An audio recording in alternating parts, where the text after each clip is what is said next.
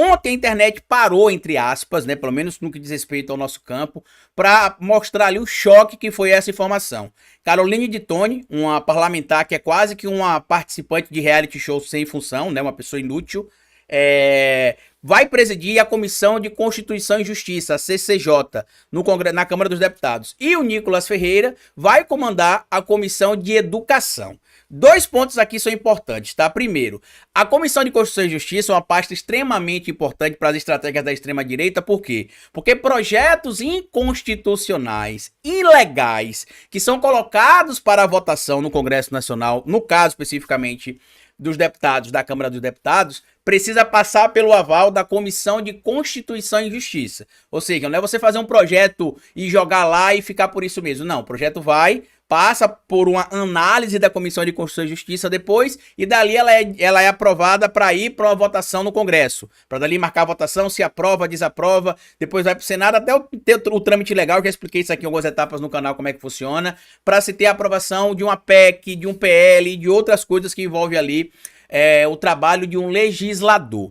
Então, com a ida da Caroline de Toni para a CCJ, volto a dizer, né, Comissão de Constituição e Justiça, projetos inconstitucionais bolsonaristas que gerarão muito clamor popular, muita mobilização nas redes sociais, em canais de TV, em rádio, em canais de internet, porque vai trazer audiência, vai ser aprovado para ir para votação e muita gente vai ficar perdendo tempo falando sobre projetos inconstitucionais, que a comissão que deveria perceber isso não percebeu, entre aspas, né, liberou para ir para votação.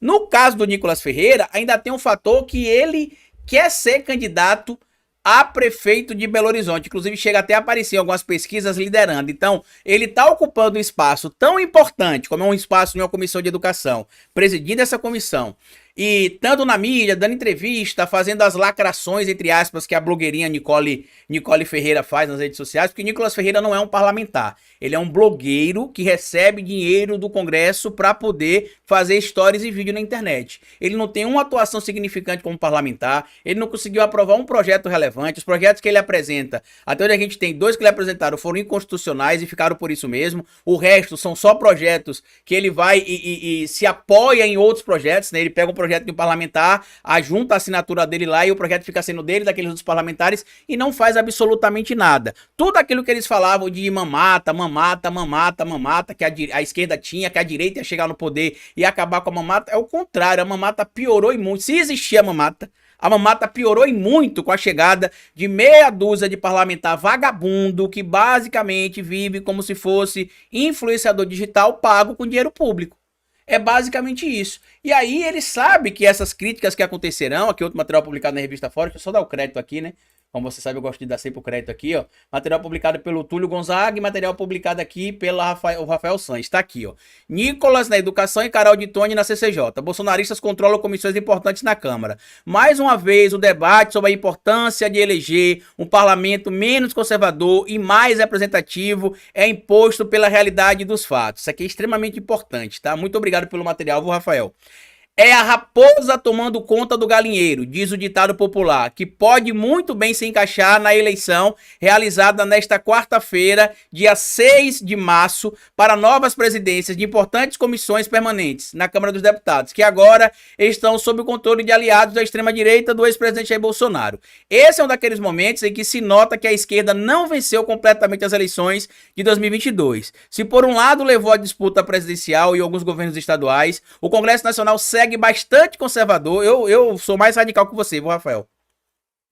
O Congresso continua extremista de direita e não só meramente conservador, tá? E pouco representante do conjunto da população. Sobram bancadas dedicadas aos interesses dos barões, do agronegócio, dos altos oficiais das forças de segurança, dos magnatas religiosos e de todo tipo de representante dos poderes econômicos. Faltam bancadas fortes que garantam os direitos do povo trabalhador. E onde é que está o problema de tudo isso aqui? A gente tem visto, como eu já falei para vocês aqui em alguns momentos, a ascensão de várias pessoas que até têm um conteúdo relevante nas redes sociais, mas que quando chega a um determinado número de seguidores, parece que se embriaga com o número ali. Ah, eu tenho 500 mil seguidores. Ah, eu tenho 300 mil seguidores. Ah, eu passo na rua, um mano do iFood fala comigo e me reconhece, dizendo que eu sou um cara foda. E esquece que o trabalho é de formação política. A gente precisa formar uma base de militante que possam levar a mensagem para outras pessoas. Não adianta só ficar falando sobre teoria social. Você tem de falar sobre teoria política, tem de falar sobre contexto histórico, tem de falar, inclusive, sobre princípios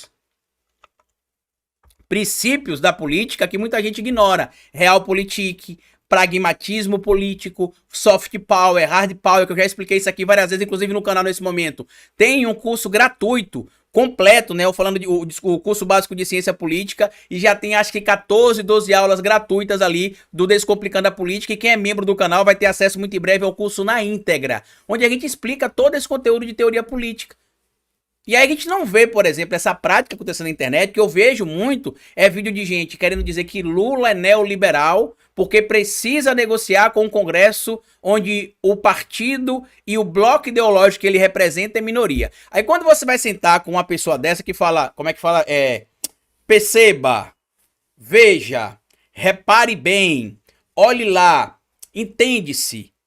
Quando você vai falar com essas pessoas sobre o funcionamento do Congresso Nacional, o funcionamento dos poderes no Brasil, eles não sabem entender. Você pergunta para uma pessoa dessa, por exemplo, como é que faz para abrir uma sessão para votar um PL? Qual que é o quórum mínimo para se ter ali o número de parlamentares para aprovar um PL? Eles não sabem dizer. Qual que é a quantidade mínima de votos que se precisa no Congresso, na Câmara dos Deputados para aprovar uma lei? Qual que é a quantidade mínima de votos que se precisa para abrir uma CPI? Qual a quantidade mínima de votos que se precisa no Senado Federal para poder aprovar um projeto de lei ou um projeto de emenda à Constituição?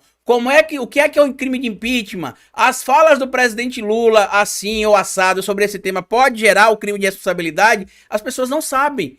Hoje eu recebi uma mensagem de um seguidor cobrando uma determinada situação do ministro Silvio Almeida, dizendo que o ministro Silvio Almeida deveria ter se posicionado, que é um absurdo uma situação que está acontecendo em determinado lugar do Brasil, que eu não vou citar aqui agora, tá? E o ministro já se posicionou, já mandou representantes, inclusive, do Ministério Público, do Governo Federal, da pasta do Ministério dos Direitos Humanos e Cidadania para lá. Só que as pessoas ignoram que, por exemplo, alguns fatos, como fatos que envolvem segurança pública, é de responsabilidade do Estado. O que está acontecendo em São Paulo agora, por exemplo, e no Rio de Janeiro, como acontece há muito tempo, de violência policial, em regiões específicas, em regiões sazonais ou em períodos sazonais, tudo isso a gente sabe que é algo que chama a atenção de denúncias, inclusive a nível federal, mas o poder federal, né, o poder da União, o ministro Silvio Almeida, não pode simplesmente chegar lá dentro da polícia de São Paulo, chegar pro Derrite e falar assim: Derrite, você que é secretário de Segurança Pública, a gente vai afastar você aqui, porque o que você está fazendo, de acordo com as leis brasileiras, é crime. Não, existe um trâmite legal que passa pela Justiça do Estado de São Paulo, pelo Ministério Público do Estado de São Paulo, onde o Ministério Público, onde o Ministério dos Direitos Humanos entra como um dos, entre aspas, denunciantes, observadores e figuras ativas ali para poder trazer à tona os crimes cometidos na segurança pública de São Paulo. Mas o povão não entende isso. Não sabe o que é pacto federativo, não entende por que os estados têm constituição, por que os municípios têm lei orgânica, por que o país tem uma constituição federal. As pessoas não entendem isso. E aí pega esse discurso simplista de uma parcela que fala de radicalização, que o máximo que esses radicais têm feito é turismo internacional, né? Que eu já vi vários indo para fora do Brasil para mostrar como a revolução mudou essa vida, como a revolução mudou aquela vida, e fica aí enaltecendo o cara que mais exterminou revoluções no mundo e que inclusive foi responsável pelo fracasso da Revolução Russa. Eu não quero entrar em detalhes aqui para não fazer polêmica, porque eu sou um cara invejoso. Toda vez que eu trago uma crítica aqui, não é porque eu tô aqui há 9 anos fazendo conteúdo de política, inclusive desde a época que as pessoas que hoje se dizem de esquerda, algumas, tinham vergonha de dizer que eram de esquerda. Mas é porque eu quero surfar alguma onda, né? E na verdade a gente já sabe que nem é onda, é marolinha.